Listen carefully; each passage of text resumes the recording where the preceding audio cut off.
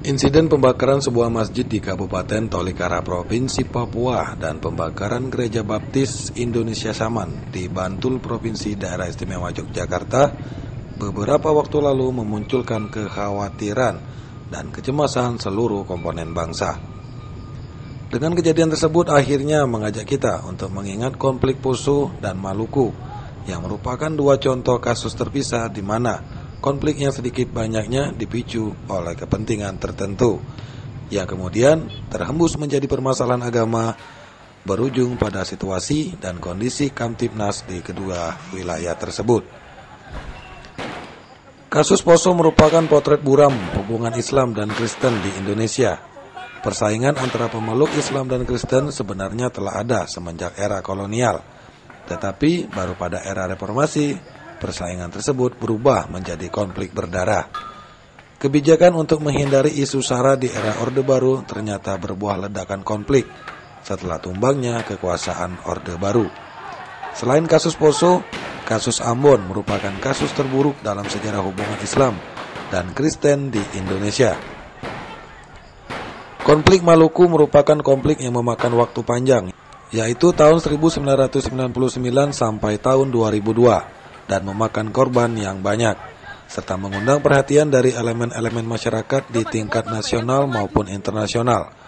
Konflik tersebut bermula di kota Ambon, namun pada perkembangannya merombet ke daerah-daerah lain seperti Ternate, Tidore, dan Halmahera. Forum Kerukunan Umat Beragama atau FKUB Banyuasin menilai kejadian tersebut lebih dipicu dari kurangnya menjunjung tinggi adat istiadat dan budaya dalam konsep kearifan lokal. Terkait permasalahan kerusuhan berbau SARA, Pak, atau agama yang terjadi di Tolikara, Papua, dan yang terjadi di Gereja Baptis di Saman, Yogyakarta, tanggapan dari FKUB untuk wilayah Banyuasin sendiri seperti apa? Secara umum kalau Banyuasin bisa dibilang kondusif.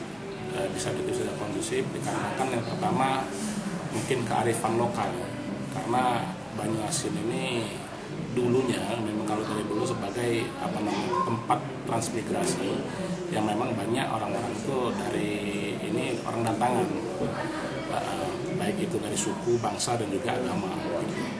Nah, karena memang dulu sudah terjalin ukhuwah yang baik, hubungan yang baik, dan itu sudah menjadi kearifan lokal di sini untuk selalu membina kerukunan antar umat beragama.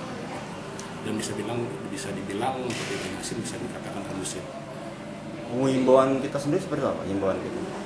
Secara jelas bahwa pertama FKUB menentang keras segala bentuk kekerasan yang terjadi, apalagi yang berkaitan dengan agama.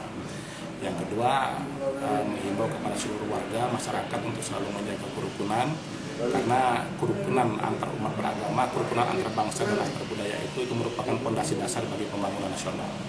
Dari Banyuasin, Sumatera Selatan, Irawan Saperdana melaporkan.